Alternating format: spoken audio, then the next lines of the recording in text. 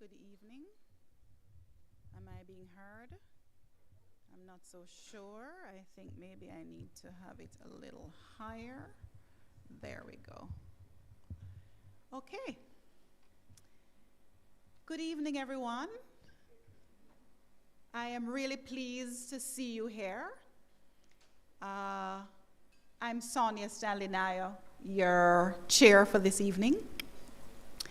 I would like to welcome each and every one of you to this, the 8th Faculty of Humanities and Education Distinguished Lecture in what has become a fine tradition showcasing scholarship, cutting-edge discourse, new developments, areas, emerging areas of emphasis in the humanities and education, and some, in most cases, certainly linked to priority areas for development of programs at the undergraduate and postgraduate levels.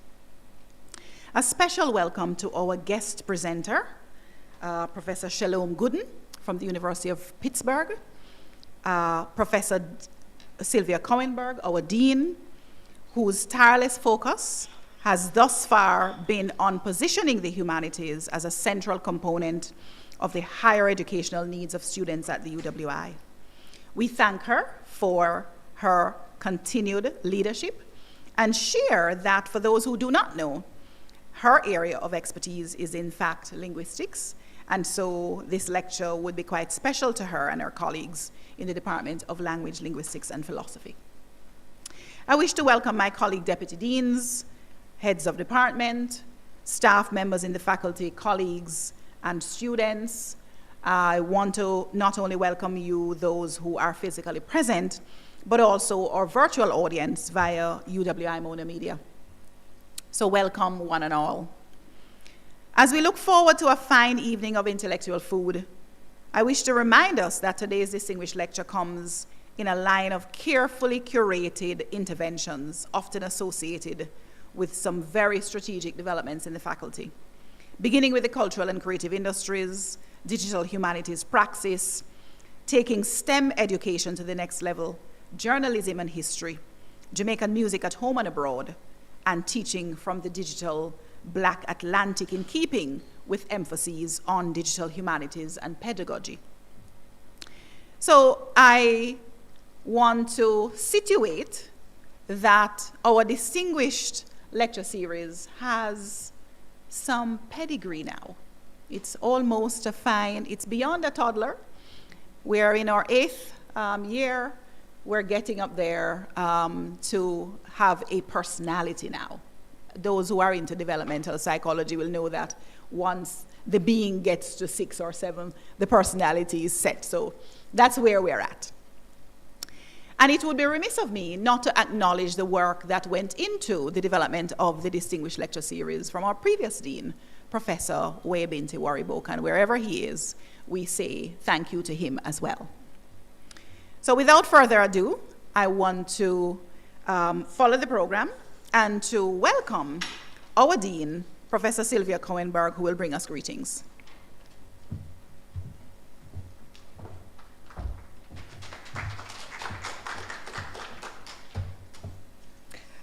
Thank you, Sonja, for that fine introduction.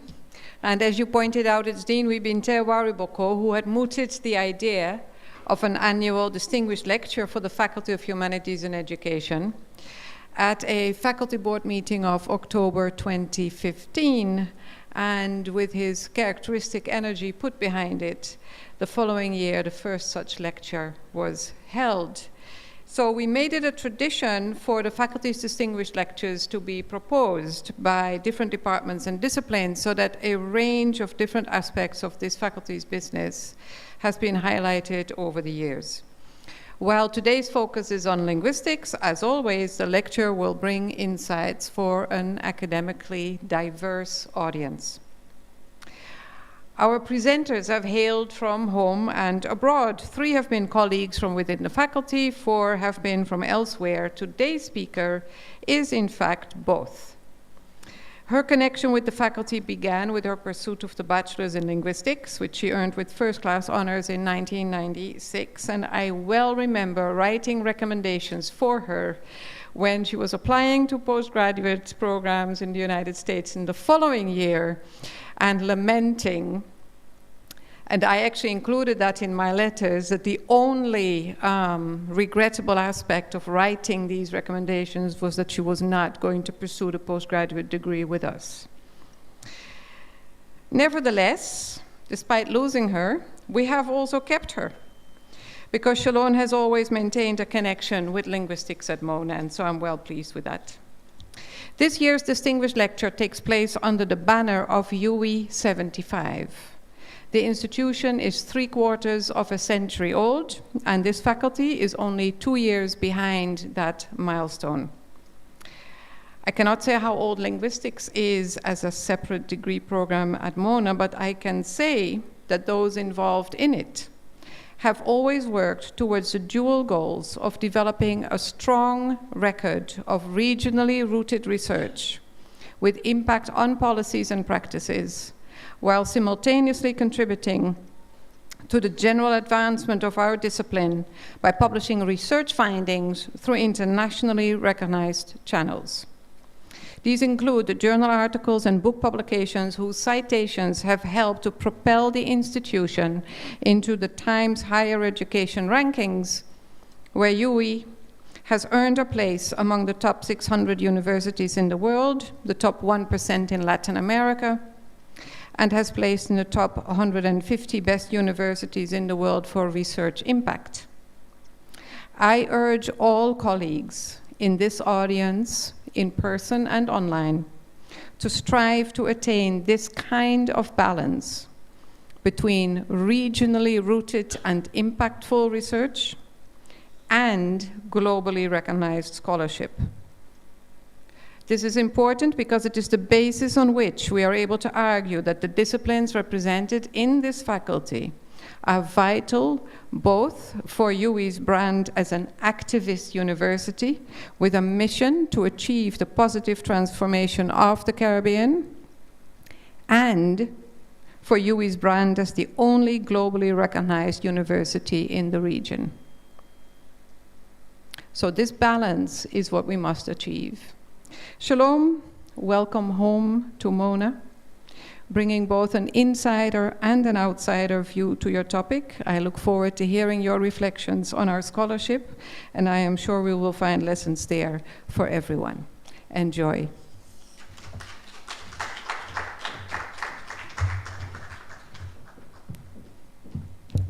Thank you very much, Dean Kouwenberg. So you know we are in the context of this lecture with family. Our guest lecturer this evening is on her way home. So I'm now wanting to invite our colleague, Dr. Joseph Farquharson, to introduce our guest speaker.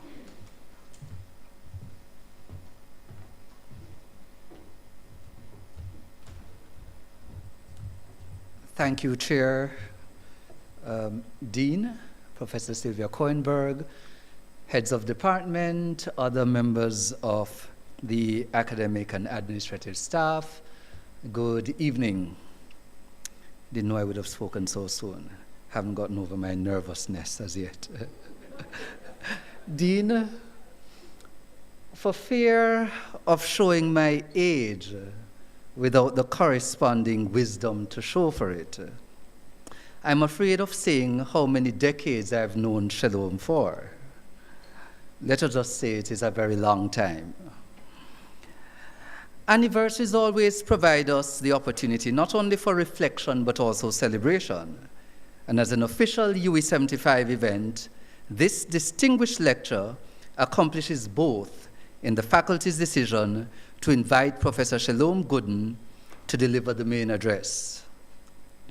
Although she comes to us immediately from the University of Pittsburgh, Professor Gooden is a daughter of the Jamaican soil and a product of this Caribbean experiment called the University of the West Indies. For the next couple of minutes, I will regale you with her achievements, which you can take as the research report on the success of our regional experiment. It was here at Mona that Shelome got her start as an academic by completing, with flying colors, as you heard from the Dean, the BA in Linguistics. Soon after, Ohio State confirmed what Mona already knew by providing her with funding to pursue postgraduate work in linguistics. There at Ohio, she earned an MA and PhD. The latter of the two was awarded in 2003 for a thesis that explored the phonetics and phonology of reduplication in the Jamaican language.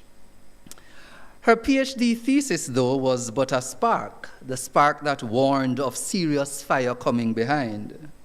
Since then, she has built an enviable scholarly profile, enviable because me grudge you, as an author and co-author of numerous peer-reviewed articles and book chapters, editor and co-editor of books, conference proceedings, and special issues for several top-tier journals.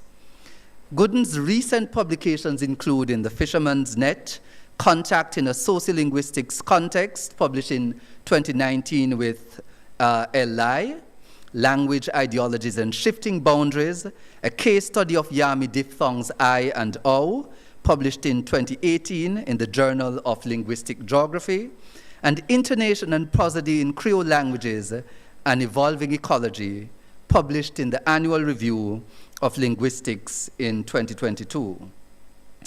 She's a grant reviewer and panelist for the National Science Foundation, and she has held officer positions in both the Society for Pidgin and Creole Linguistics and the Society for Caribbean Linguistics, and currently serves as the publications officer of the latter. If we were to gauge her or esteem of her by how high she has climbed, then we would have to crane our necks to find her at the very pinnacle of her field, since she was appointed last year as the co-editor of Language, the flagship journal of the Linguistic Society of America. And those linguists in the room would know that language is no joke. I think their rejection rate is probably 102%. Her research focuses mainly on language contact, intonation, and prosody in Black language varieties in the Caribbean.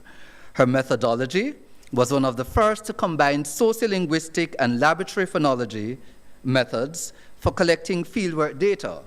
That fieldwork has taken her to Belize and also here to Jamaica. And she has also worked with digitized recordings of Black language varieties like Sran-Antongo, Trinidadian, and African-American English. She designed and now teaches a course on language and the Black experience, for which she has won a teaching award, so a well-rounded scholar. Given her position at UPitt as Assistant Vice Chancellor for Research in the Humanities, Arts, Social Sciences, and related fields, not sure why they didn't say the entire university, she's the ideal person to address us this evening on the interface between two of those broad areas. But there's one other thing that qualifies her. She's Professor of Linguistics, and linguistics is the bridge between the humanities, social sciences, and natural sciences. More story left for talk, because of the whole heap of things we should do, but we can't do all of them this evening. This lecture series, ladies and gentlemen, is distinguished because the lecturers are distinguished.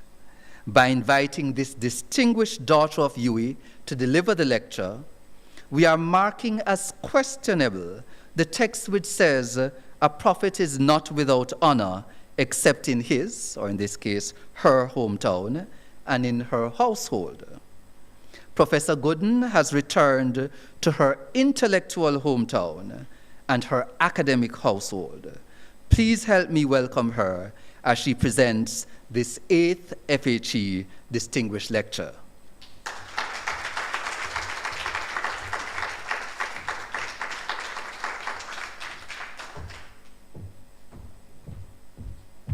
Starting my timer. Thank you so much, Joseph. I'm going to take this off. It is indeed a blessing to be home. I remember walking through these doors for the first time in 1993, and it was not a linguistics lecture, no.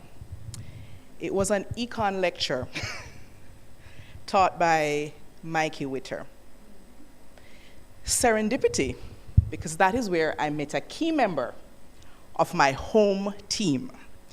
So many people would stand in this position and they would say, you know, I stand here on the shoulders of giants. Probably there's only one giant in that picture, and that's my husband who sat in the back row of this lecture theater and spotted me in the front row. My two children, Jonathan, and one of the things I've acquired over the years is a manager, and that's my daughter, Elizabeth. You'll see her there. And that reminds me, I want to thank you for your patience, both of those of you in the room and those at home. When she fell ill, I had to lean over towards the parent and mommy side for a moment to make sure that she was well again. I put that last picture in there, and that's her being involved at 7 years old in the extraction of DNA from a strawberry. So she's in an authentic science lab at the University of Pittsburgh, and she's doing science as a little girl. But she also knows that this kind of laboratory science is not the only science there is, because linguistics is a science, and Dad is an economist, so she knows very well that there are social sciences. And what we do is that our lab is the community, and we study the behavior of people. My family has deep and connected roots to the UWI, and all of that to say it's connected with this very topic I'm talking about in terms of humanities and social sciences and education as well.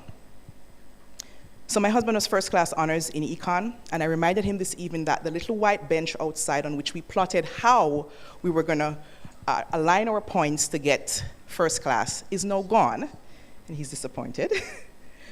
My mother did her teacher training degree at Michael College, but at some point between 1979 and 1980, she came on campus and was hosted by an extended training program that was held here.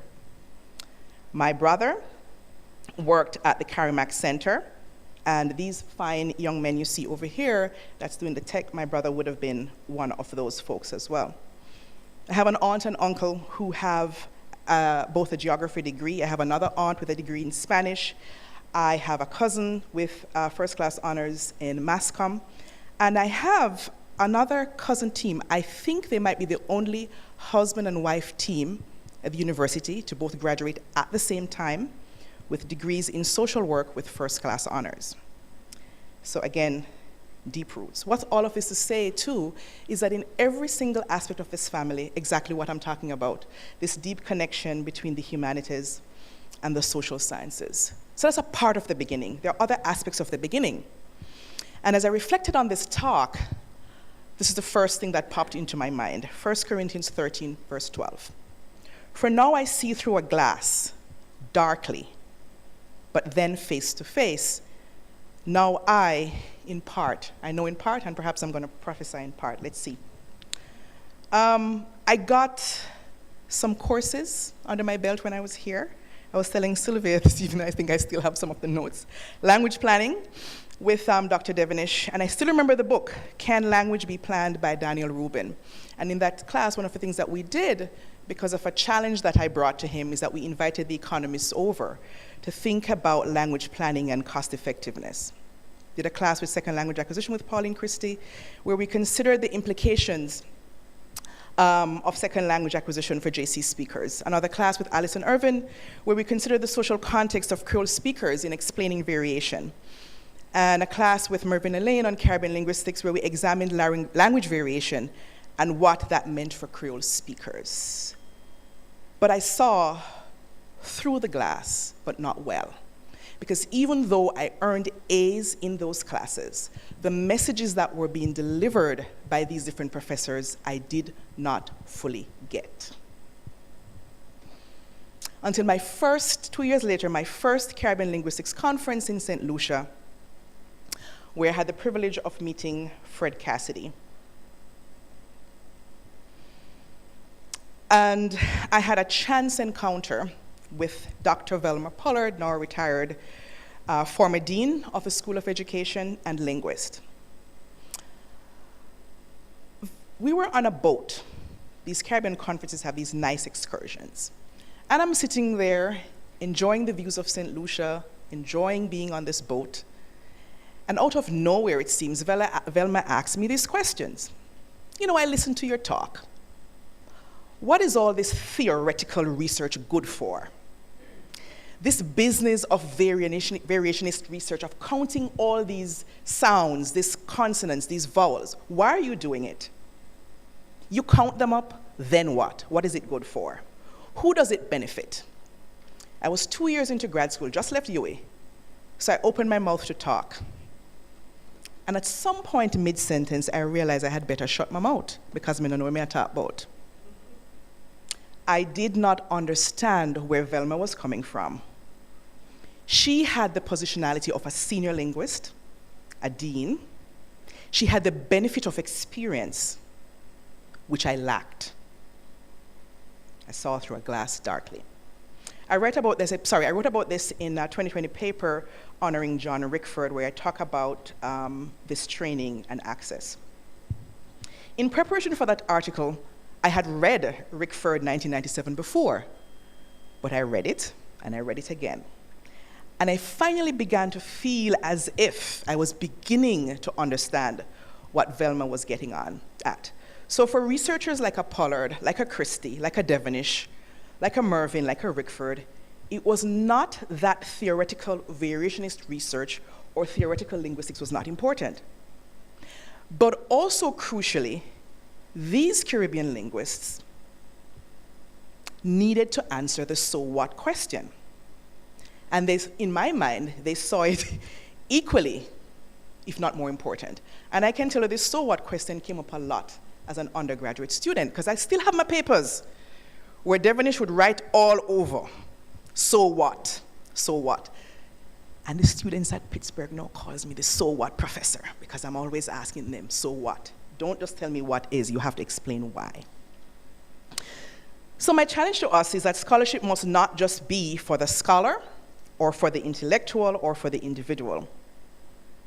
Again in 1 Corinthians, though I speak with the tongues of men and angels, but have not charity, I am become as sounding brass or tinkling cymbal. If what we're doing does not have meaning on the ground for people, meaningful in their lives, then we're empty vessels. I had the good fortune a couple of weeks ago to be asked by the American Association of Arts and Sciences to give a presentation on a similar kind of topic. And this is a journal that they publish. And one of the things in the journal that I saw that caught my attention was the humanities in American life, transforming the relationship with the public. And it's basically the essence of this is pushing the same idea. And one of the things that people have thought about in recent decades is challenges facing the academic humanities as a discipline. And that's something that I'm thinking about in my daily life as an assistant vice chancellor, because a big part of what happens in US universities is humanities is not where the monies go. They also report that across the institutions in the United States, the dollar amount spent on by universities on humanities research is only 0.7% of what they spend on STEM disciplines. And that affects not only research, but it affects also what we do in the classroom. Out of the pandemic era, we saw universities, their humanities departments were closing. We saw that students are increasingly turning to other fields of study. Humanities PhD recipients are competing for fewer and fewer academic jobs, and when they do get them, the salaries are not as high, the benefits are not as great.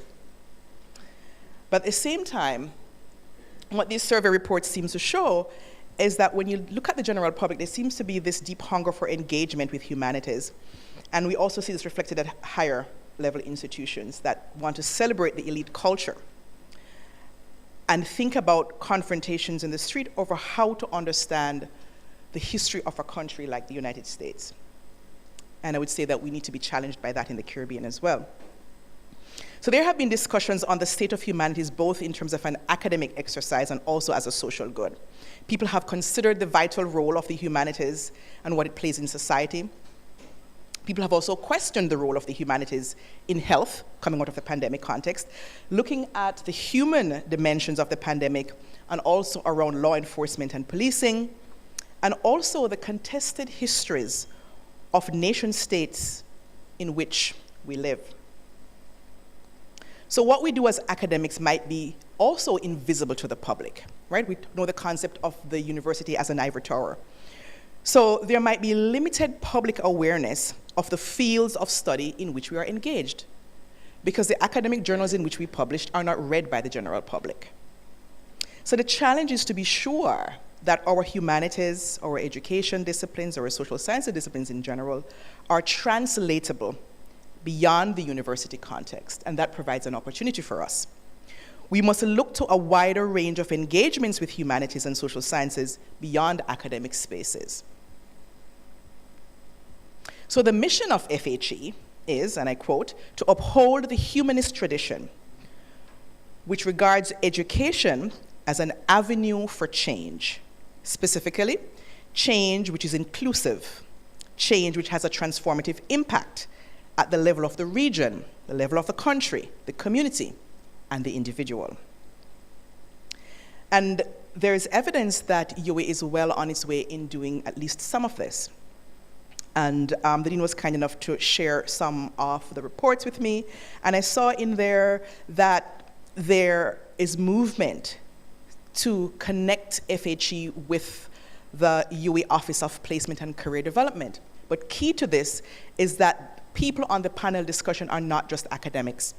There are also people in the private sector. I also saw that there was a variety of teaching and research activities that continued even through the pandemic era, making use of the different technologies that we have available. At the University of Pittsburgh, I've had the good fortune to work with one of my former students, now colleagues, Dr. Abdesalam Sudi, in looking at exactly this, taking what UE has been doing in an analogous way. We have done this since 2016, going beyond a scholarship. And the impetus was this, that coming into a linguistics program from a non-academic setting, Dr. Sudi's perspective to linguistics was, nah, we can't just be educating people. We have to make sure that once we have educated people, that they're finding jobs and they're finding good jobs. So he proffered a proposal while I was then department chair, and we started this in 2016. And so our mission is, we have a cross-disciplinary team of faculty. It's ever growing. We have faculty from the humanities, we have faculty from the social sciences, the business school, and varied school across disciplines across the medical school. One of our key collaborators is from the Department of Gynecology, and we have 2 collaborators from the Faculty of Medicine. So we want to work together to create an environment where everyone has an opportunity to develop the skills they need to succeed, while also advancing a robust and diverse workforce to improve life and work for all. And so it's very, very analogous to the mission of FHE, and I thought that was important. So what we want to do to advance this aim is to create an engagement platform to connect linguistics to the community, to the health and the tech industries. So we have 3 components on there, and it's very targeted. So we're at the community level. We are connecting with the hospitals, with the healthcare system, and the tech industries. So we picked out those 3 as the 3 target points.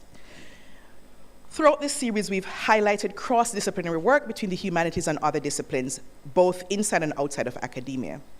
We also use this center as a hub for interns, for alumni, for faculty, for staff members, and for community members at large, and also industry partners, to share knowledge through education and research, and crucially, find employment for our graduates.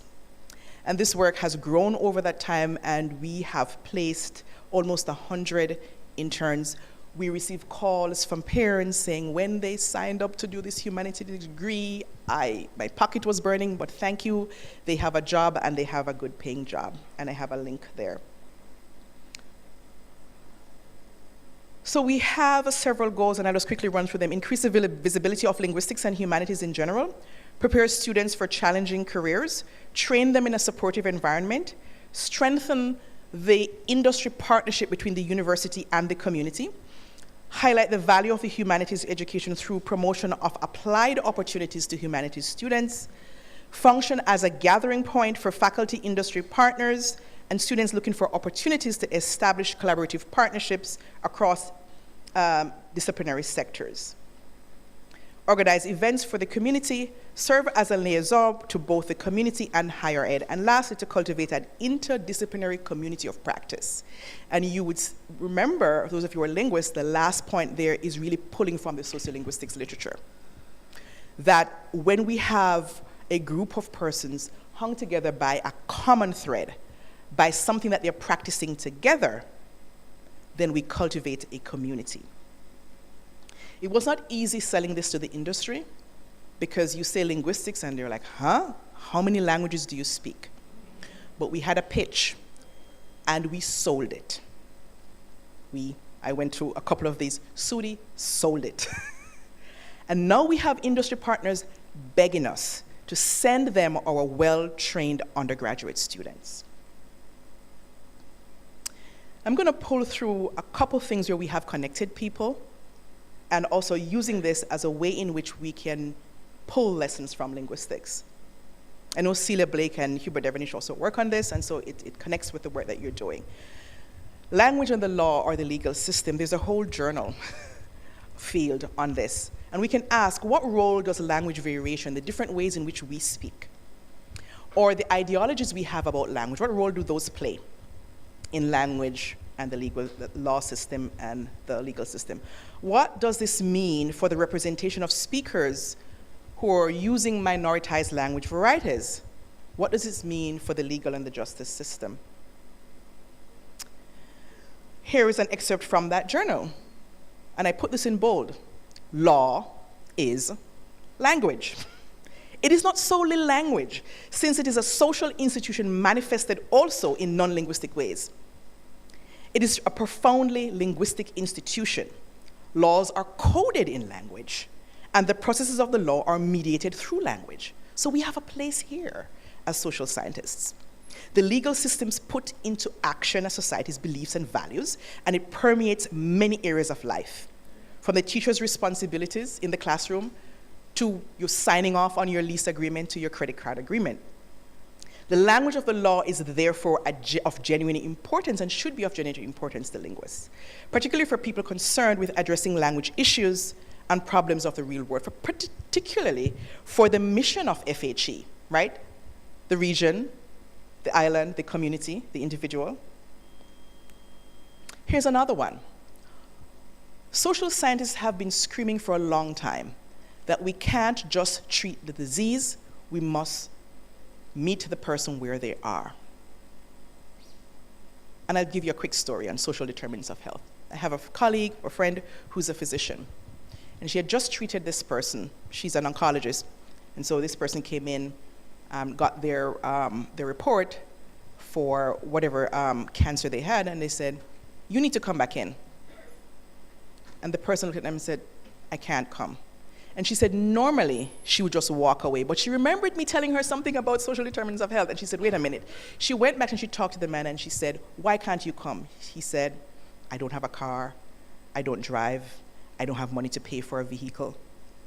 All these other things had nothing to do with his health. He cared about his health, but he couldn't gain access. And so having given him access, she treated his social condition, his cultural condition, so that he could take view of this. The person who is a new editor-in-chief for this journal, they did an interview with him, Professor Wen.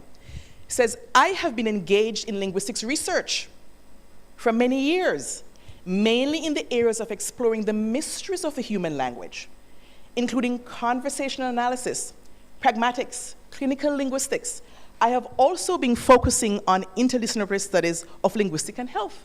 And in 2011, I established this institute, and then I realized the very methodologies and the results of linguistics research had great potential when it came to applications in the medical and health field.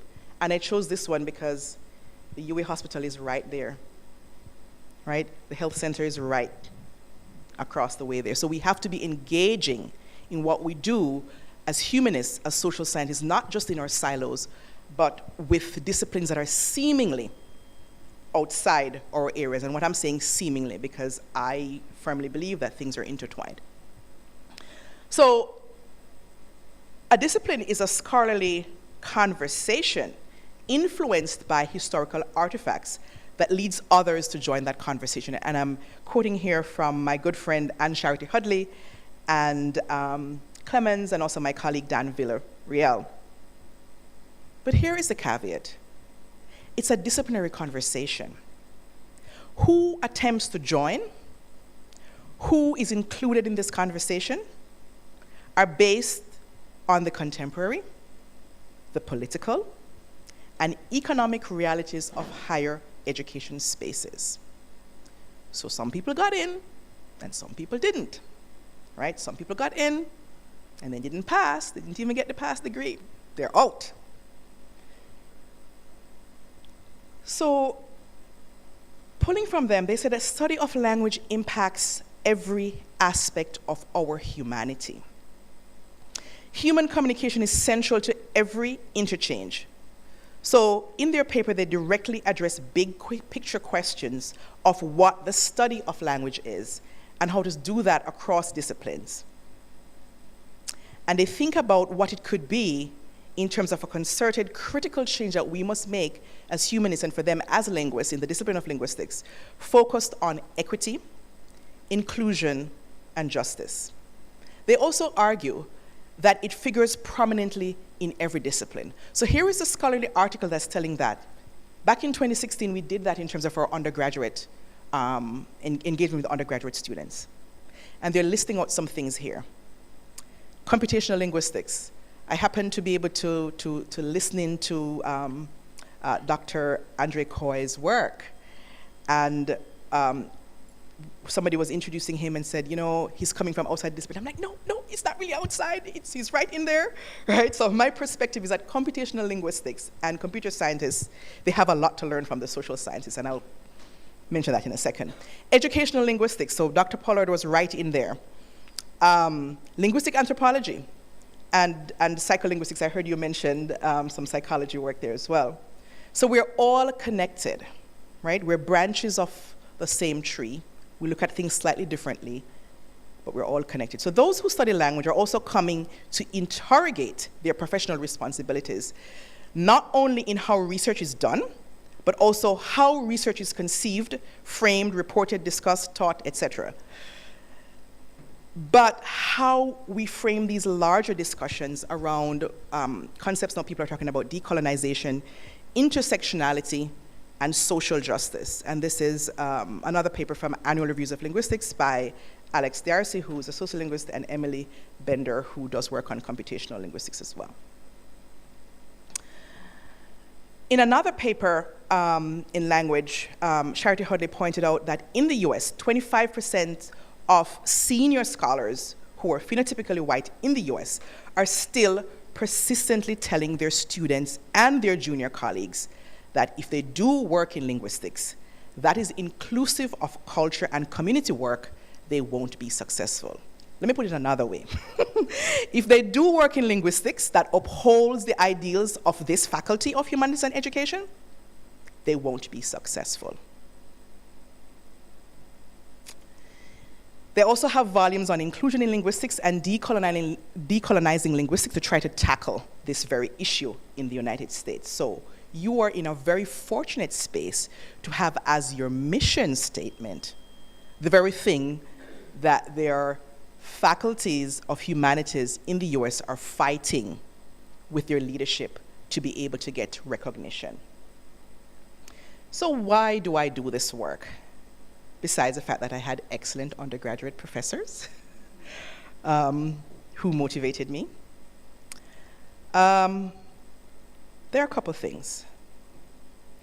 As I said before, even as an accomplished scholar, it took me a long time to recognize that I have a voice in knowledge creation, that I wasn't just publishing papers, that those papers was causing me to be a part of that scholarly community, that I have a voice in that conversation. And this was slow in the making over the years, and a part of that has come with me trying to share this with my family. And I'm watching my timer here. I'm going to run out of time, so let me hurry up. So evidence. One of the things that I want to do is to provide evidence for or against cross-linguistic commonalities with all languages. That's why I work with Creole languages. Anti-exceptionalism, to underscore the point that Creoles are not linguistic aberrations, right? But they are products of natural processes of speaker creativity. And lots of linguists, including some in the room, have talked about this as well. And so that I too, as a native speaker linguist, will have a voice in the scholarly work and in knowledge creation. This work is important because Creole-speaking communities continue to largely provide data without reciprocal contributions from researchers. Way back in 1977, I was a toddler, Meyer and Muskin says that we need to break the cycle that they saw as this division of labor between those producing the scholarship, those collecting the data, and those analyzing the Creole language data. Why is this work important?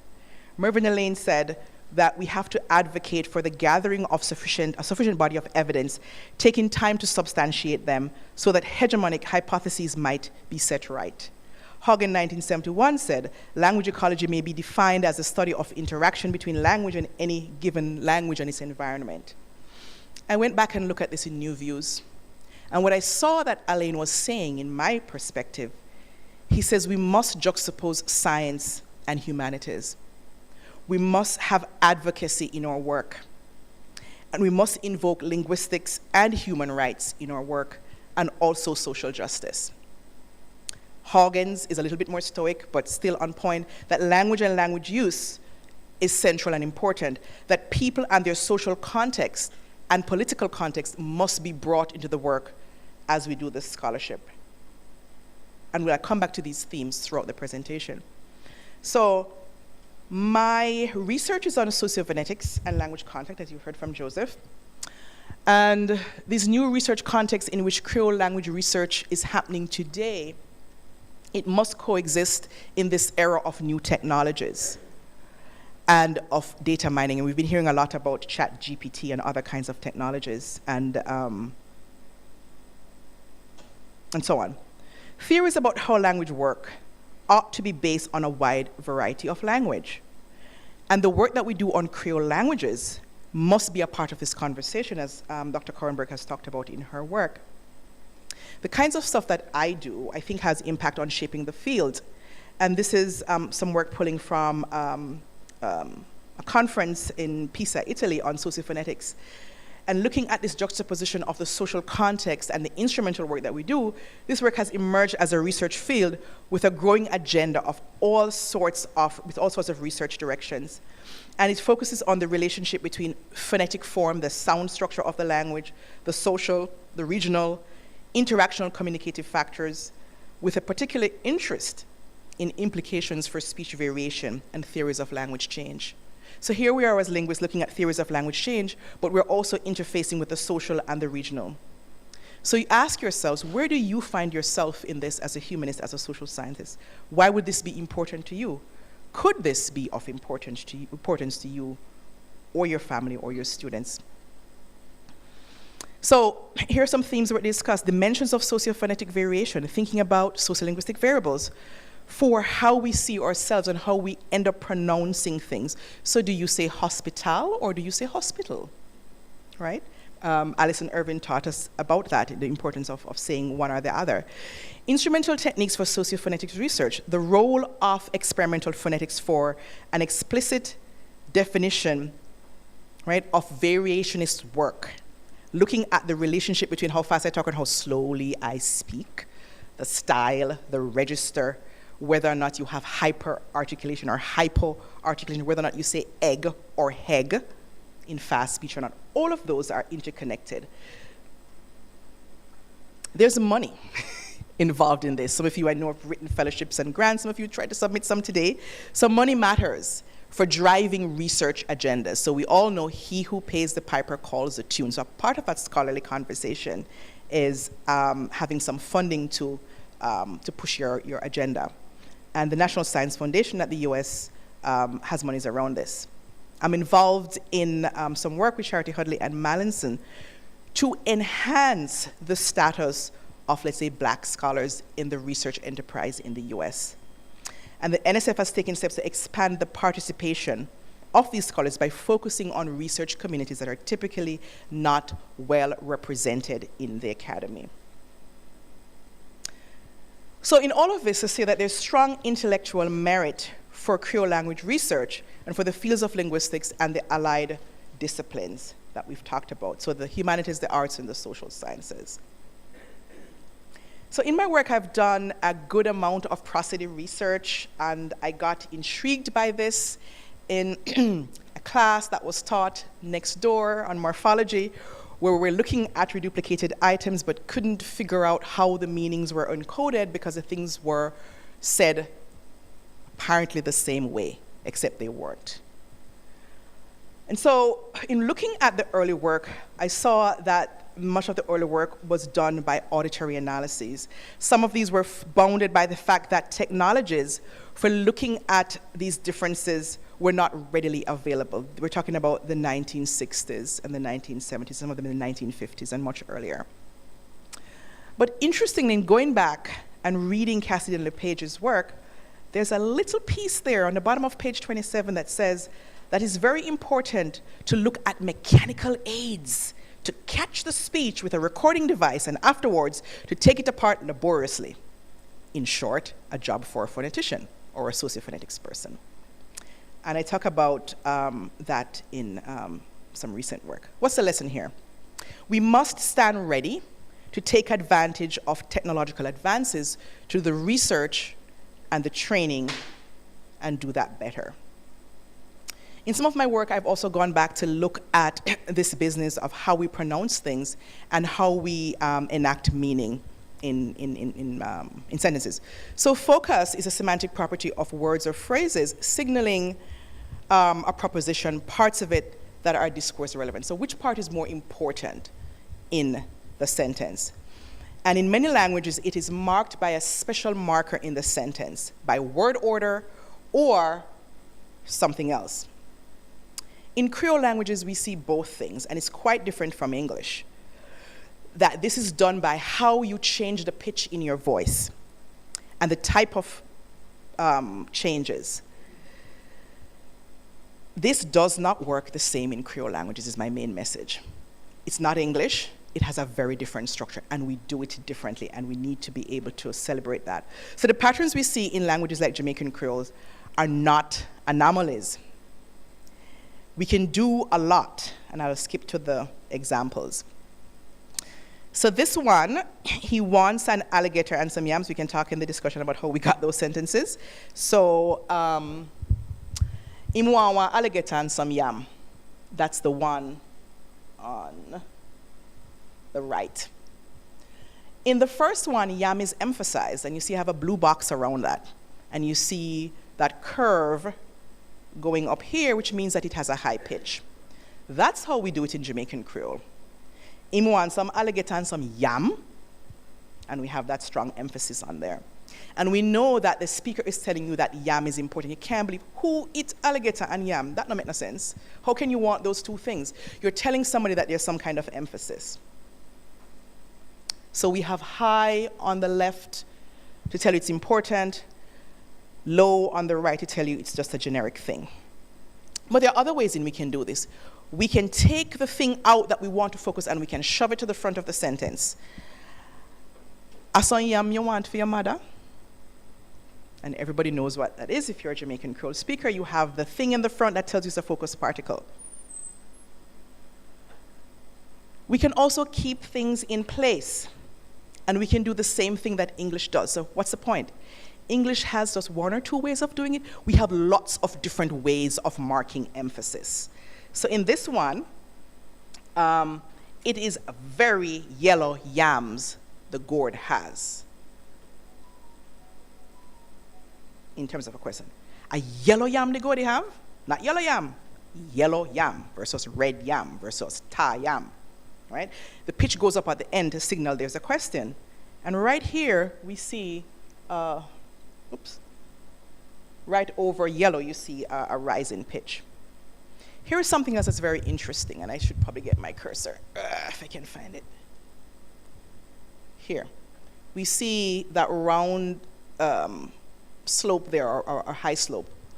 In this one, I was interviewing a young woman and asking her about Bingy Man, and I showed her a picture. And she said, "Me don't know. A Bingy Man, me hear them call it." She has two things in there that she's focusing at the same time. She's using a change in her voice pitch, and she's putting the focus particle at the front. She moved Bingy Man to the front of the sentence.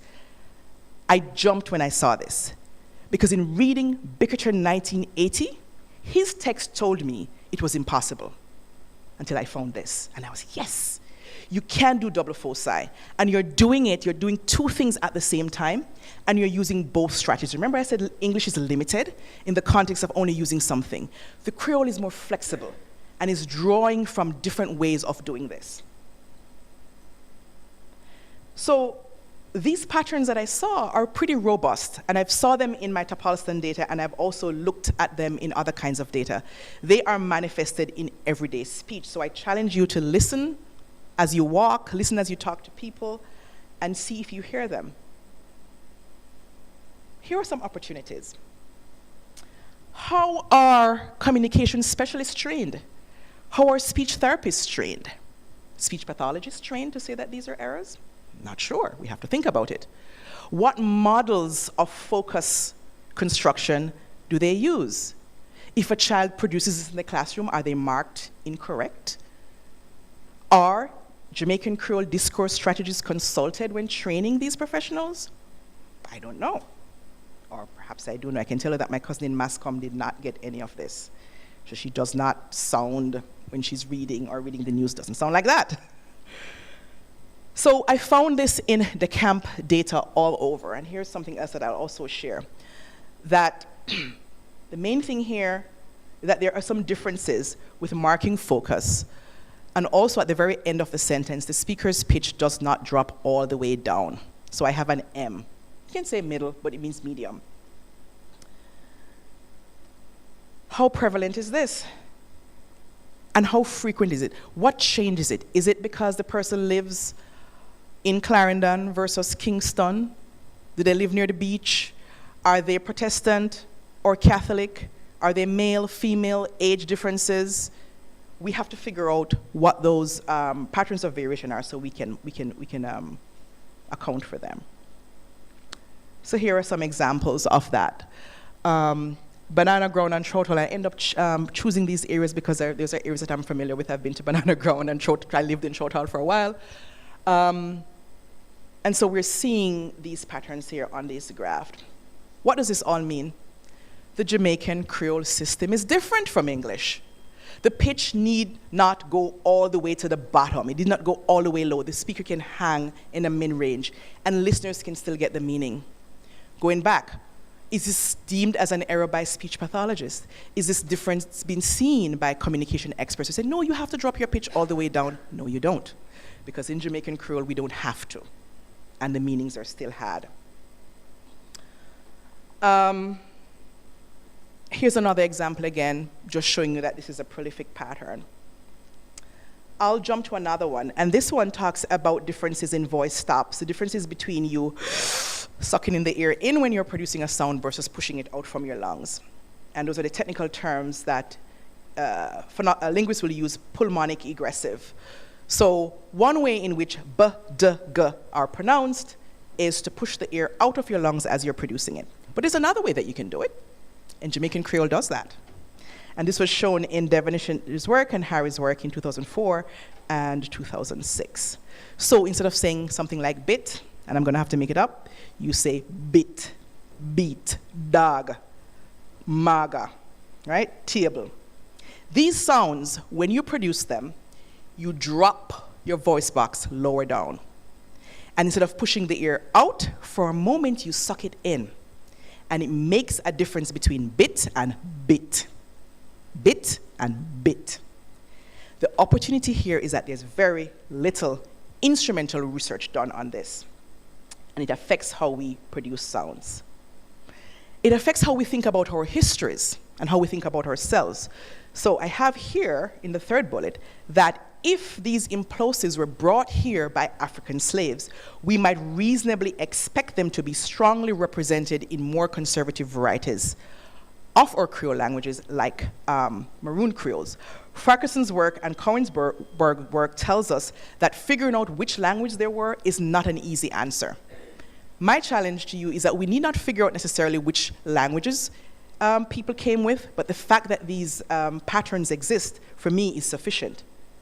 So this has a lesson in it, that it speaks to our rich linguistic heritage and culture that still has a footprint in our language and presents an opportunity.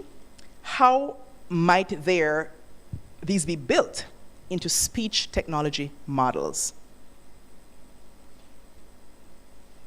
And I looked at this for a bit. There's a story here about digitized recordings. That the recordings that I ended up looking at were done in Jamaica over a course of several months in 1958. And then they were brought to Stanford University Library, and they sat on the shelf for many years. These were then digitized, again, serendipity, by John Rickford, and made available to me. What's the lesson here? Technology provides very powerful tools, impacting not only the linguistics that we do, but also other fields. And John says, oral literature, folklore, history, anthropology, sociology, education, speech recognition, and criminal justice. What do I mean when I say that these things sound different? Here's a picture. When you pull the air in and you say something like but or bit, your vocal fold is vibrating even when your lips are closed. And that's what you see here. The vocal folds are vibrating, so that's how we track it as linguists. The difference is, in many English varieties, your lips have to come apart for B first, before the vocal folds start. So this is a critical timing issue. As a Creole speaker, you know you can go, and those vocal folds are doing their job. As an English speaker, you better open your mouth and have the vocal folds vibrating. Going back to Dr. Christie's class, we have to ask ourselves, as second language or second dialect speakers of English, how do we make that transition between a Creole and an English? And what does that look like in the classroom? What does that look like in the communication experts classroom or clinic? What does that look like for speech pathologists? Are they correcting people, or are they acknowledging the variation? I don't know. But here is what it looks like. With nothing going on, no vibration there to speak of. And even over here with a T, just flatlined. So I looked at this, and almost all the stops in this data, the B's, the D's, and the G's, were all doing that. Skipping over this, I'll skip over the linguistic part too. Here's what's important in the purple. When I looked at what influenced this, the length of the word duration was important. The topic that the speaker was talking about was also important, influencing whether or not they were holding their vocal folds and vibrating them with their lips closed. So when Mr. Harris was talking about when he was a boy and land ownership, and how, getting a maroon land, and when he been a picnic, all of those caused him to use more of a Jamaican type Creole B. The lesson here is that when the speaker referenced his social and human context, we saw differences in his speech that we would have otherwise missed if we did not speak to the humanist and his human condition. I'm going to beg the deal's indulgence and steal 5 minutes from her discussion point. So we have varied needs for technology and training access. And I think this is another part of where we can come in. So there's a lot of speech technology available to us as linguists and as social scientists, and I pulled out a couple of them here. And these are well known in certain spheres. But again, there's an access issue. It depends on who has access to training and who has access to these resources. And even though we have access to computing technologies, it is still an issue. Because you have your phone, but not everybody have data on it. Or you have your phone and the Wi-Fi now work, et cetera, et cetera. Here is one thing that has done a kind of automation that I've used before. And it is built, is used for automatic speech recognition, and it's built on this Carnegie Mellon University platform called Sphinx. And I underlined this here because it's important. These technologies are there, and they work to a point. The key point here is that the assumptions underlying the speech models are still based on majority languages. Right? The CMU Sphinx assumes that the linguistic background is American English. And so the things that the computer is looking for dog, it's looking for a different kind of O than dog. And it will not find dog because it's looking for dog. So it's built on a different model. So the opportunity here is for us to contribute and expand these language models, so that when we look at the intersection between these different kinds of technologies, we're using something that is representative of the languages that we speak and expanding that technology. So here's a simple text that I introduced to Darla, it's probably like 2 years ago. The Jamaican text that I wanted to use was one, the Cassidy-LePage system. That's in the second part. And now you want to see the foolish thing with there, palm my foot, you know. And now you want to see this. I had to write it like that in blue in order for the text to be able to give me the transcription that I want. So you see that, and I had to put a D there. I couldn't put foolish in the way that I had it. Ting does not have a th, but I had to put a th in order for the syntax to find the ting. The lessons here that these tools should not be used right out of the box, because they were not built for these languages. But there's an opportunity that language training models must be augmented by infusing our data.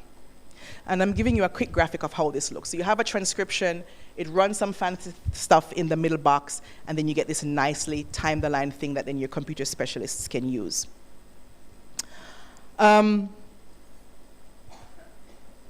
going to skip forward on this.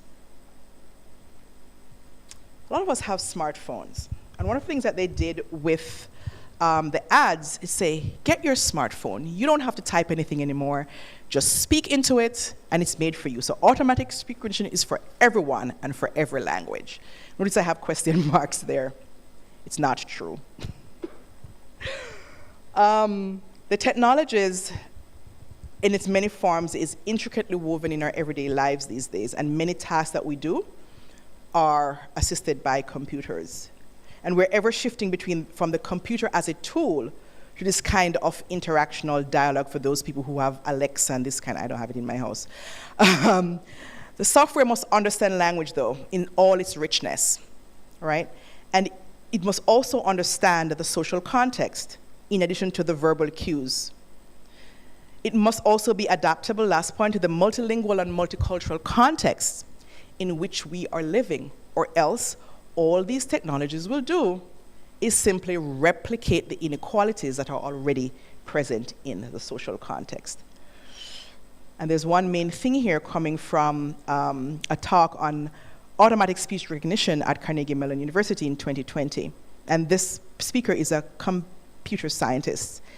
And here's the computer scientist telling us that this works, but the way it works is not really how humans learn speech. And importantly, these technologies are only built on major languages of the world. So approach with caution. So low-resource languages are being further marginalized in some ways, and the majority of these languages are not written. The opportunity is to work from a spoken language text or to work with and augment it. But we must train the acoustic models to recognize the different phonetics of examples of which I showed you earlier.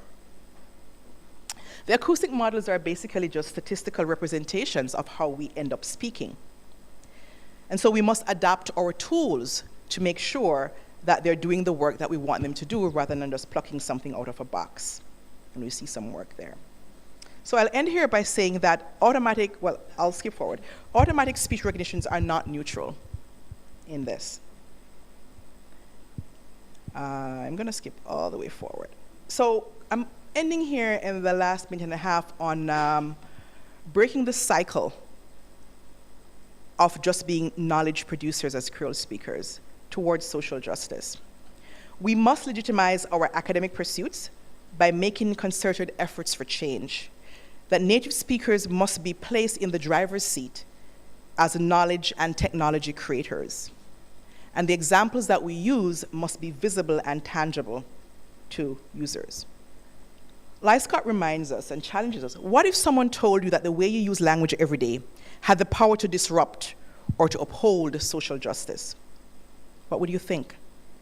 Geneva Smitherman says that when we cast negative aspirations on speakers of minoritized varieties like Creole languages, these pronouncements actually reveal an appalling rejection of a language of everyday Black people. And she switches to African American language. See, when you lambaste the home language of children that they bring to school, you ain't just dissing them, you're talking about their mamas. You're talking about their social context. You're talking about their families. You're talking about their communities, and we have to be careful. To address this in part, I had worked over the years with Dr. Kouwenberg, Dr. Devenish, and Dr. Farquharson in trying to address the training needs to increase that access that people have. This connected with their teaching and training goals. And one of the things with my area of expertise is to address it since that UWI has a mixed course and not a dedicated phonetics course, at least at this campus.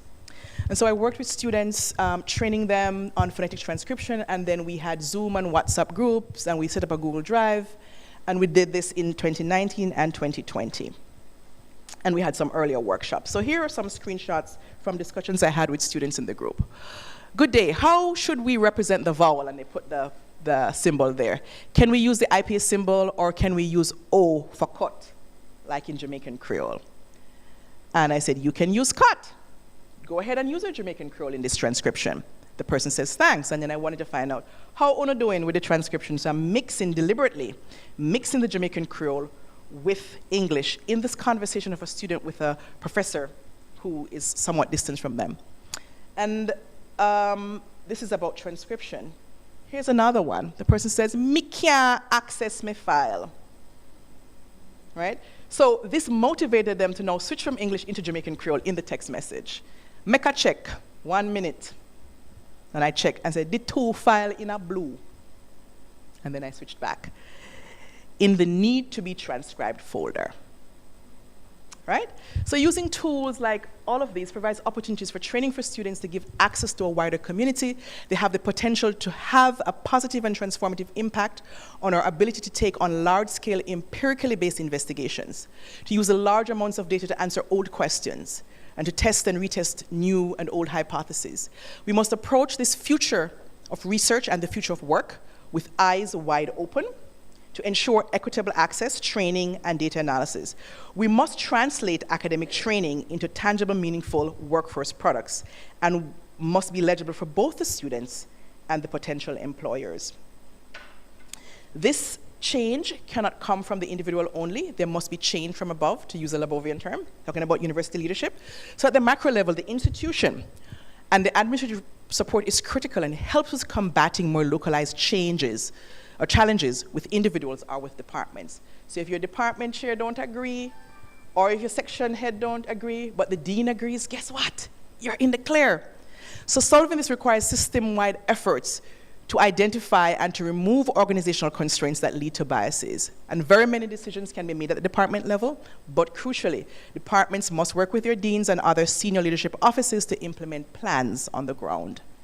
The deans, provosts, chancellors' offices must be willing and be ready to implement changes necessary to tangibly support the missions on the ground.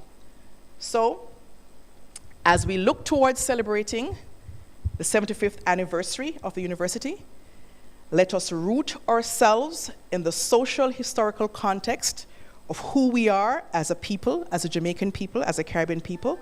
Let us look closely at our humanities, our social sciences and allied fields of training and scholarship, but put strategies in place also so that we can be ready to rise to the challenges ahead in moving our work beyond scholarship to what truly matters for us and those around us. Thank you.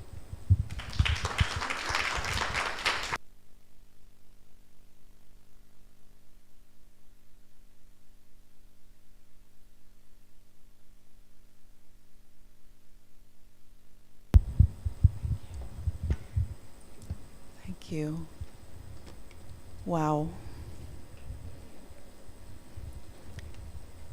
In so many ways, there is no lack of opportunity to do work that is interdisciplinary, but not many scholars understand this or actually actualize it in their work.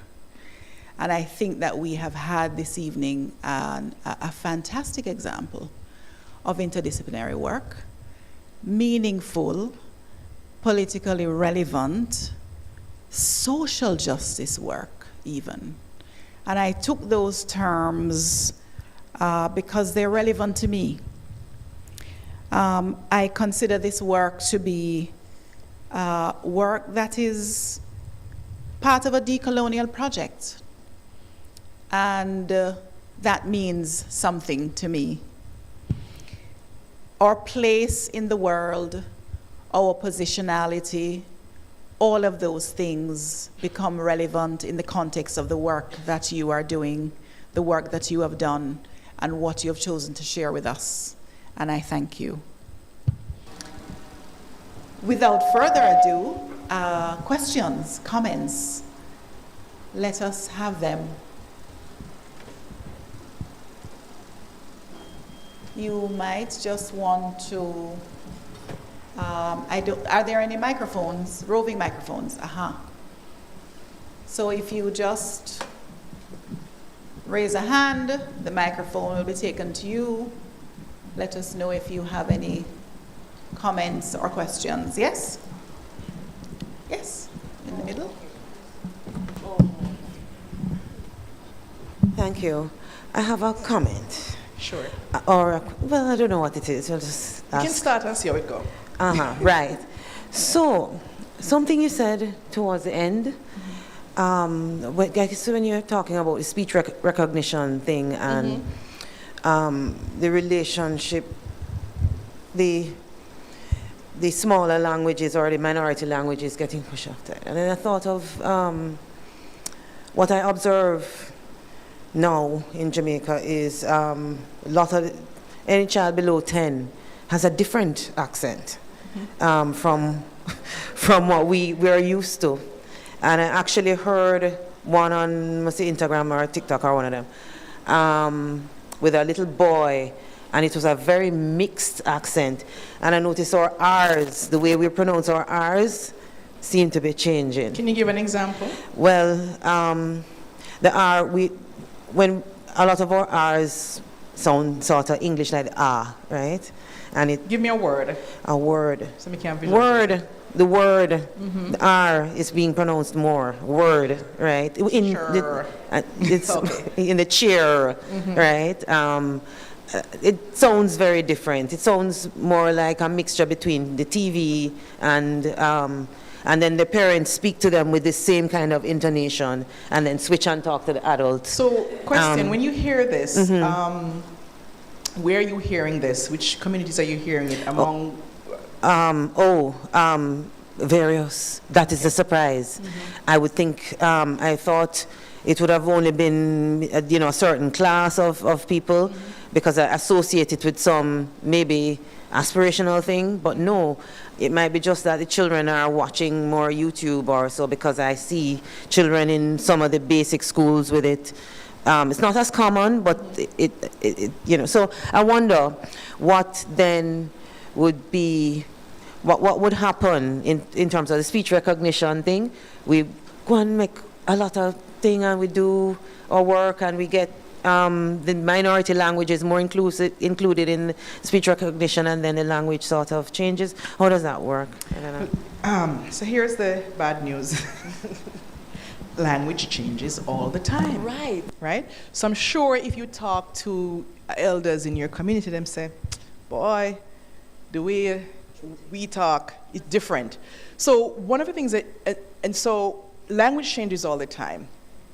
And in keeping with that change, what we do, a part of our jobs as linguists is to study the history of that change. We study the social context of that change. And so the reason I asked you some of those questions, you say, well, it's all over, and I expected a particular socioeconomic class and so on. The exact parameters of that variation is an empirical question. It's a study waiting to happen. Anybody looking for an undergrad thesis question, right? And so we want to find out what age groups, at what point in time do they start, what grade in primary school are the children. You mentioned iPad or TikTok or something. How many hours are they spending on there? Or does it affect the ability for them to switch? Right, Or does it affect we're the- prolific switchers, you know. You're right. We switch from, and that's the other thing too, we switch from English to Patois, we switch to different levels of Patois all the time. And those of us in here who are Spanish speakers, they might switch to 3 or French, and we switch to. So here's the other thing, that monolingualism, speaking one language, is Passé. not the pattern for the bulk of the world, right? Yeah. Most people speak more than one languages. And so one of the things that we have to get used to is that we speak different language varieties, and we can easily switch between them. So if the communication is good, we're happy. Teachers might not That be is so the happy in the point. classroom, but But that's the point of the language Right. anyway. right. Yeah, And so communication. with respect to the automatic speech recognition systems, we pull that in, and we built it in, and we also build predictive models to be able to account for that. One of my colleagues right now, Dan Villarreal, has built a computational model looking at R, post-vocalic R in African American language, and I believe he also looked at it in Australian English. And so what we do is to say, here is how R is pronounced. Here are the parameters of what an R looks like. We train this computational model, and then we say, here is some data over here that you haven't seen before. Hey, computer, can you do it? What can you do? And so all of that is built in and only makes for a richer data set. Yeah. Thank you. You're welcome. Yeah, I saw a hand at the top, and then one in the middle. Behind you first. Okay, thanks very much, Shelome. I just want to go back to Pollard and the question she threw at you. And it's, I wanted to raise the issue of the post-colonial situation or mindset. So from this side, we see through a glass dimly, darkly, and we have all sorts of fantasies about what is happening on the other side, in the north. And apparently, while we are working very hard to become like them, they are working and actually end up in the place we are, leaving. And I just wanted you to say, because there is a struggle in the region, I think because of our post-colonial condition, where there's this insecurity that we can't start things on our own, we can't say this is the best route for us, but we are constantly looking on the outside. What are they doing? And we have to be doing what they are doing in order to advance. Yes. So a big part of the mission of the university, and I have the statements here from the chancellor and the vice chancellor. A big part of the mission of UWI is becoming the mission of Research 1 and Research 2 universities in the US. The big piece there of community engaged scholarship, for example, is something that is this new fancy thing that people are just discovering. Whereas, given this mission, people that do it long time, right? So that's a sense of now discovering something that UE was doing for a long time. with respect to the technologies, people are doing it. Here we're more cautious. But here's something else that's very important. Many Research One universities in the US come with backative. Them have money. The research budget, the research industry in the US is a multi-billion, let me use the Jamaican B, billion-dollar industry. It means then that when researchers have a particular agenda that they want to push, they can apply for these competitive monies and they get them. It means that when people are thinking about a particular concept, they go get money and they do it. Doesn't mean it's necessarily done well, but they go get. So what I'm saying is that there are several steps that you'd have to make in a context, being creative. Not that there isn't money here. I also looked at your faculty office research as well. It's not that there isn't research, it's not that there isn't a budget, but the kinds of money that you're playing with is different. And that will give you, you have to pause because you have to be strategic and deliberate in what you do because can't afford to fail. In the sense that because you have this community engaged mission, it's not just the research that's failing. You're failing the people. You can't just go in and do research on people. You have to do research with people, which is a challenge that many of these universities have. They just go and they count, okay, how many men do I need? How many women? Okay, and you're done. Check box, and you're done. And so when a university like Pitt is beginning to look at that, the communities are saying, if you're going to come here and do research on us, we don't want it. And so this is a mission now from the chancellor. I just got off at a meeting before I came over here. He's saying we need to do better, and we need to be listening to community members, and not just listening to, they have to be integrally involved in the research that we do, so that as a university, when we do research, when we put technology out there, it has to make sense for people. And so it's different ends of the spectrum in terms of what you're doing, and that's a part of the reason why some things happen that way. I'm not sure I need a mic. I can hear you. Online, folks. What agency does the media and music have in all of this? What agency you're saying? I'm thinking of agency as a mission to move. The core thing in that for me is language, right? There's a lot of research coming out of the linguistics department here that have looked at that interface between language and music, and I'll tell you one. Dr. Nikisha Dawkins did a thesis research where she looked at the speech of dancehall artists, and she also looked at how they produce songs. And what she wanted to do is to think about a gender difference in terms of how people pronounce the vowels. And basically what she found is that dancehall artists who produce music, if they're men, they use vowels in a particular way, different from women. And so they're up there, we enjoy the song same way, but not necessarily paying attention to the vowels until she looked closely at it. And so people were projecting a particular gender identity and a particular stance while they were doing that. Hubert Devenish also looked at this and looked at some music produced by Dr. Vegas and showed that there were some particular vowel variations in his music that could only be there precisely because he's an authentic speaker, speak Creole good. And that's the only way he could manipulate those rhymes in the way that he did. Even when the words never rhymed in the original, tweak it in there so that the song sound good and people dance to it, right? And that's just in the music professional realm. There are other aspects of it in terms of how we think about music. I have a student right now who's looking at, again, looking at artists, but what she shows is that artists are not just getting up there and performing. There's a particular architecture to the music that mimics what we see in linguistics. So when people are singing, it's not just how much breath they have in their lungs. There are juncture points where they break. And so thinking about music as having a kind of structure and a kind of poetics to it tells us something about how that works. Language and education.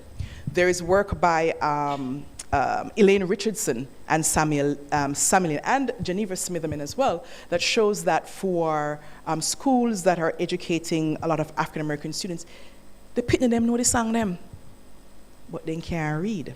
So guess what they did? They used the songs, the music, the lyrics to teach reading. And out of these contexts, pitney them can dance, they can sing, and they can read. Right? So there's a lot in there, and that's just off the top of my head. There are lots in there, and so a part of what I'm challenging us to do is to look more closely at our music, at mass comm, because music is not just the song or the sound, it's the poetics that goes with it. So it's not just English department, they're doing English. It's communicating with music department as well, and so when our artists speak and sing, they're introducing lyrics, and there's a rhyme structure, and there's a nice rhythm that we enjoy. Nicole. Before we go to our virtual audience or our audience online, I'm just going to take one question, then I'll go to the live audience, Silvia's question. and then I'll come back to the Go ahead. Hi. Okay, hi. Hi, Shalom.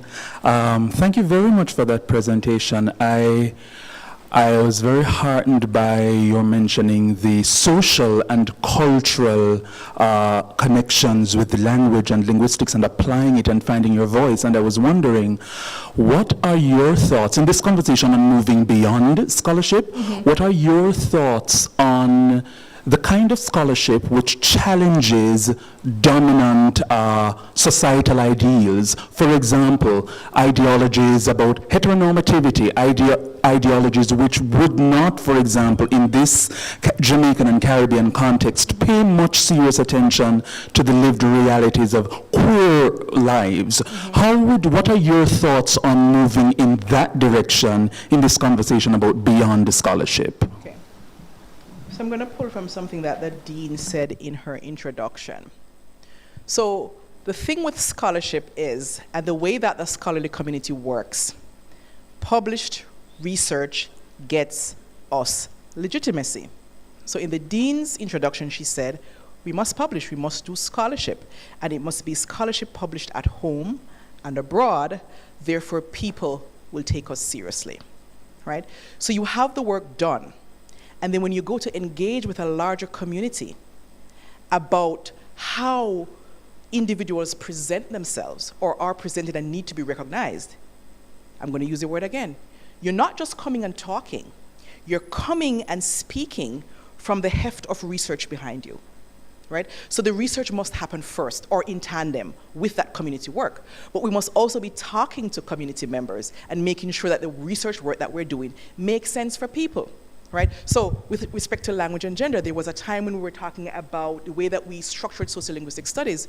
We looked at women in a home doing the research, and the question that we asked them, what job does your husband do?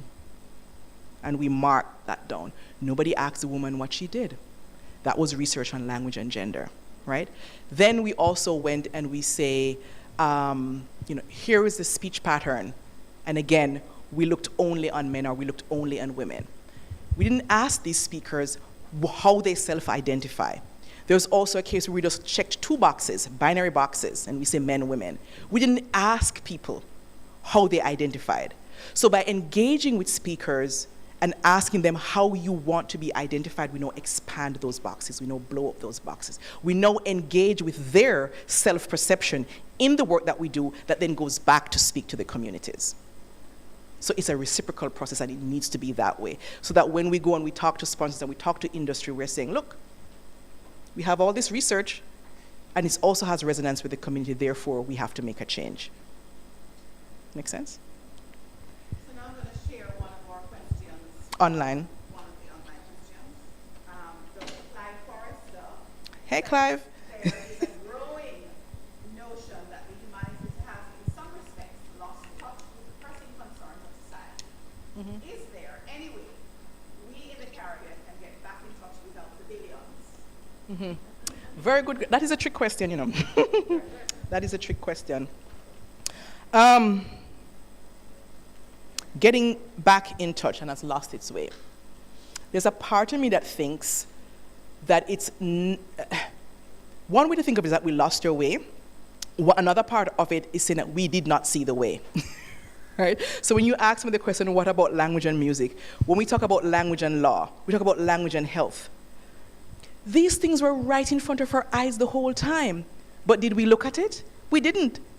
We were looking through the glass darkly, right? So we only saw the academic space, right? And we only were steeped, we as a whole were steeped in this intellectual pursuit, and not considering that when the French Creole speaker steps into the courtroom in St. Lucia, a court system that demands English, and they speak a St. Lucian French Creole, there's no way they can advocate for justice for themselves, right? When a Jamaican Creole speaker steps into the courthouse in Mapin and start talk in Patois, and them say, "Ima talk so because they obey him," it's not engaging with language and the legal system. When the same Jamaican Creole speaker now lands in Pittsburgh and is engaging with their lawyer, and the lawyer cannot understand them, and have to dial University of Pittsburgh to ask me to come in and translate for this person, it means that we're not engaging with these systems. When the Spanish speaker lands in a hospital and has their child and is handed this piece of paper that tells them to come back, and the piece of paper is written only in English, and the person doesn't come back, and the pediatrician tags that person as being an irresponsible patient, they're not recognizing the value of language in the healthcare system. So there's a part of me that thinks that we have not looked, and because we've been so siloed and only thinking about publication in the journals that nobody else besides academics read, then perhaps we can think about it as lost our way. Now, how to do it without money is a very good question. I don't necessarily know how, except that we have to be creative. And how do I say this? In my role as Assistant Vice Chancellor for research in, I'm going to say the whole thing, humanities, arts, social sciences, and the related fields, which are law, Graduate School of Public and International Affairs, education, these are areas of the funding ecosystem that typically don't go after monies. And when they go after monies, it's not a whole lot of monies. So you're talking about somebody who has built a whole research program on like $5,000 over 10 years versus their colleague in medicine buy a pen for that, right? Because their grants are in the millions. But people are able to do that work. How is it done? Creatively. By working with foundations, by working with community members, and partnering with others who are of like mind. So the point here is that we have to be creative and to look more broadly in terms of what we think about change.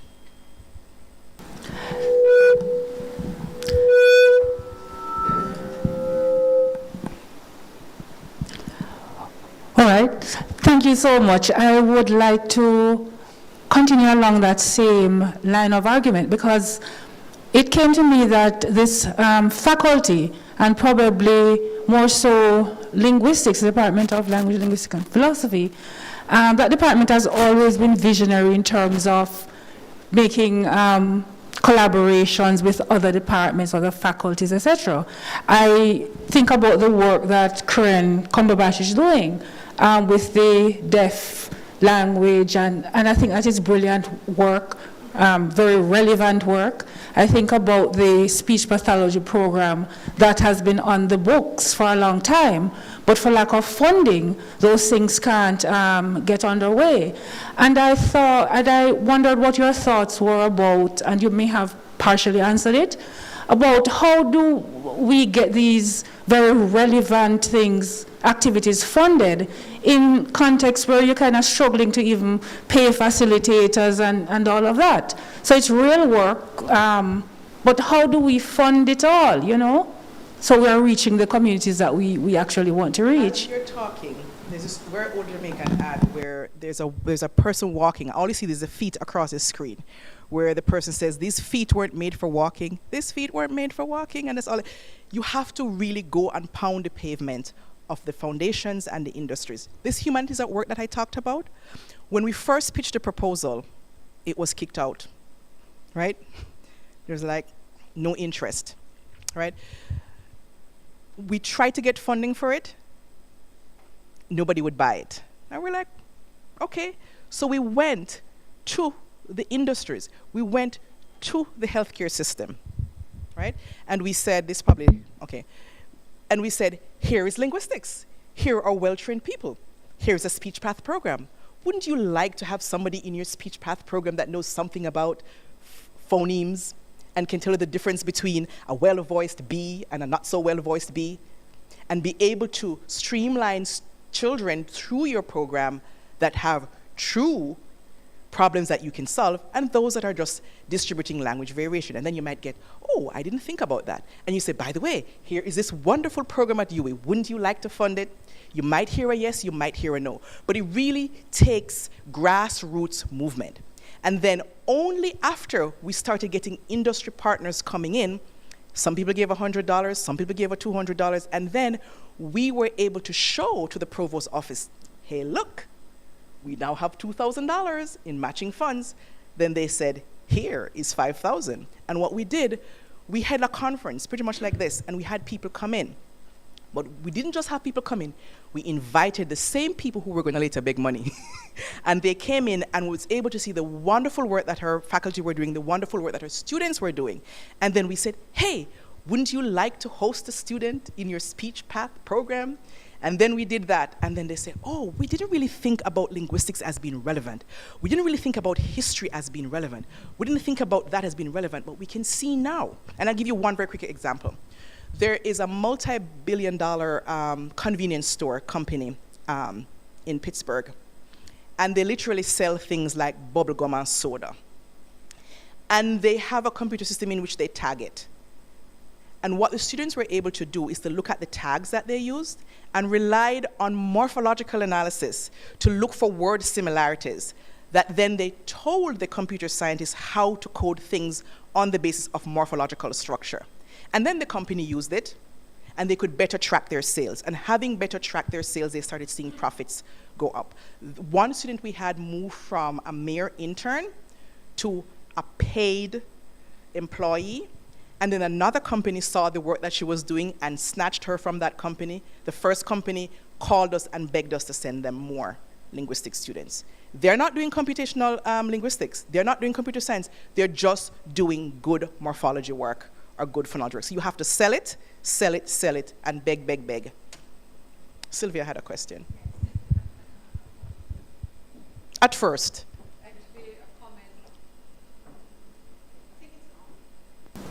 Yeah, more a comment than a question probably. But to begin, I wanted to follow up on what the first questioner spoke about, which is, the fact that language varies, and what that means for such efforts as the development of speech recognition and all of that. And I would just like to point out, as you did already, but to underscore the fact that variation seems to be no impediment when it comes to training speech recognition programs for a language such as English.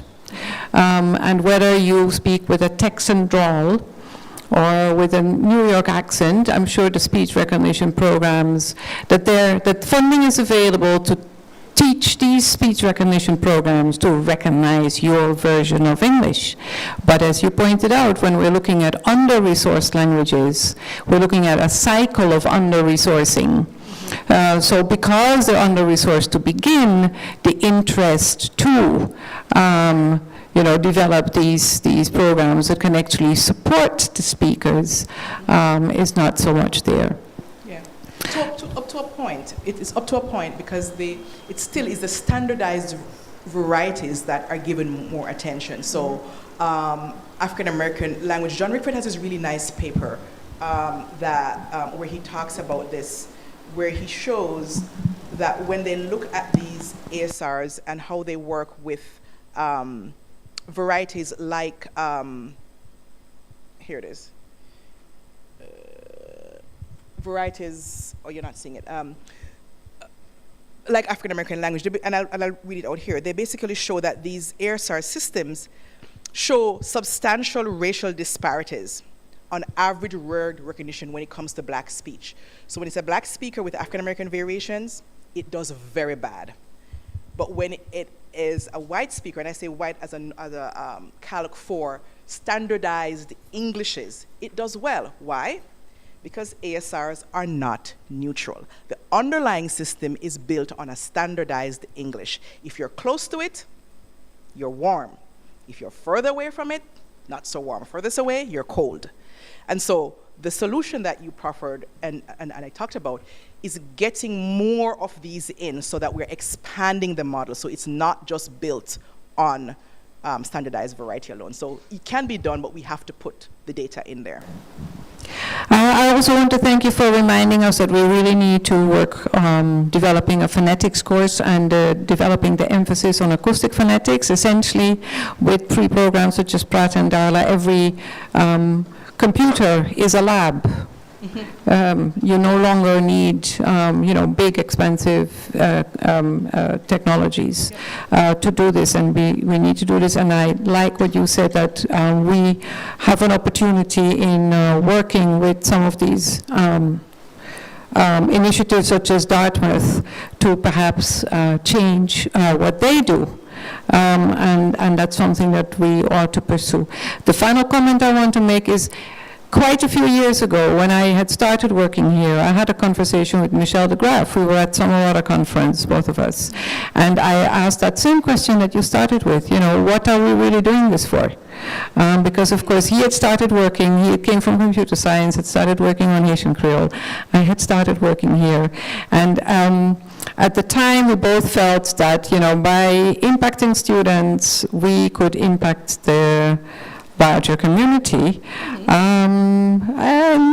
I think that was true, that still is true, but we have to go further than that. And so I think we've both been lucky in having the opportunity to go beyond just trying to have an impact through our students.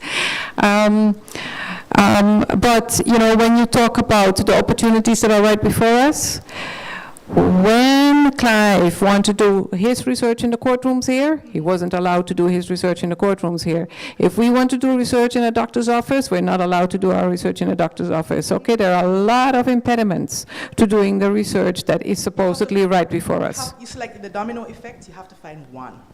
You have to find one willing person.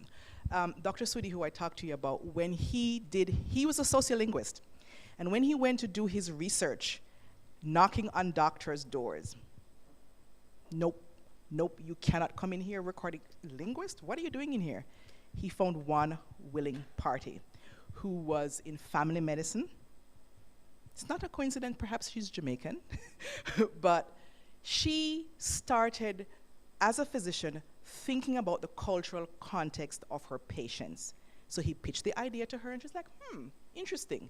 So got him the right institutional review board protocol so that he could come in a small window and do a small controlled study to show a simple thing, that in conversation with a patient, the doctor is talking to the patient, gathering information, their head is down, they're taking notes, or they're looking over at the computer. His argument was, in a sociolinguistic conversation and conversational context that we're used to, you have the doctor, you have the patient, and the computer is another part of the conversation. And so that the efficacy of the doctor goes down when they're distracted over here. Long story short, he was then, after having kicked him out, he was then invited by the Board of Regents of the same hospital to come and give us linguistics presentation to their board, which thereafter they shifted and changed their exam rooms so that the doctor is now facing the patient while they're on the computer. So it's a long haul process. It doesn't happen overnight, but you just have to have one willing person, and then the rest of the dominoes hopefully will start to fall. So I think I didn't see any more hands in the room. So we'll take one last question from our virtual audience. And this comes from Tanya Joseph. She says, I noticed that we are speaking about vocal languages. However, is there room for gestural language recognition? Yes, I'm going to say yes, but with a caveat that that's not my area of research. I happen to be in a department that teaches American Sign Language, trains people in translation of American Sign Language and certifies them. And one of the things that they have done is to produce one of the first visual training manuals and dictionaries for American Sign Language. So with that, yes, there are people out there who are working on that. That's not my area of research, but just that there are people out there from the teaching perspective who are working on this, and other people who are using videography to be able to work on that. And that has to be a part of the inclusive and the social justice context as well, that we include gestural languages as well. Thank you very, very much. I think this has been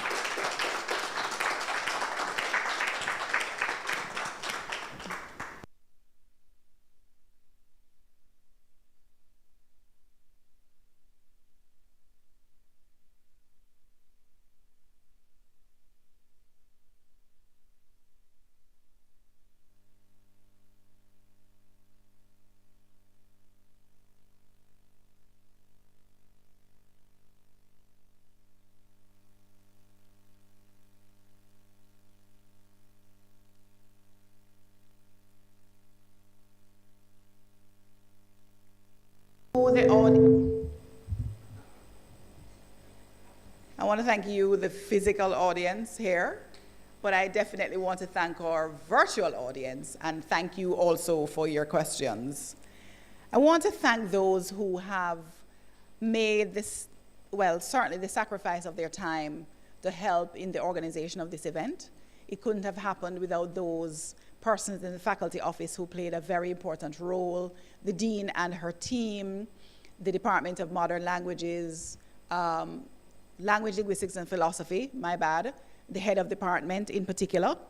I want to say thank you to those who have prepared for us the refreshment that we're going to have now, and especially thank our distinguished lecturer, Shelome Gooden, for her time, for her expertise, for her sharing, for her commitment. I mean, her passion about this work was palpable.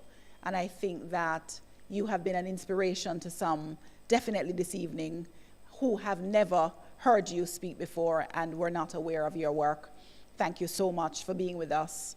Thank you all.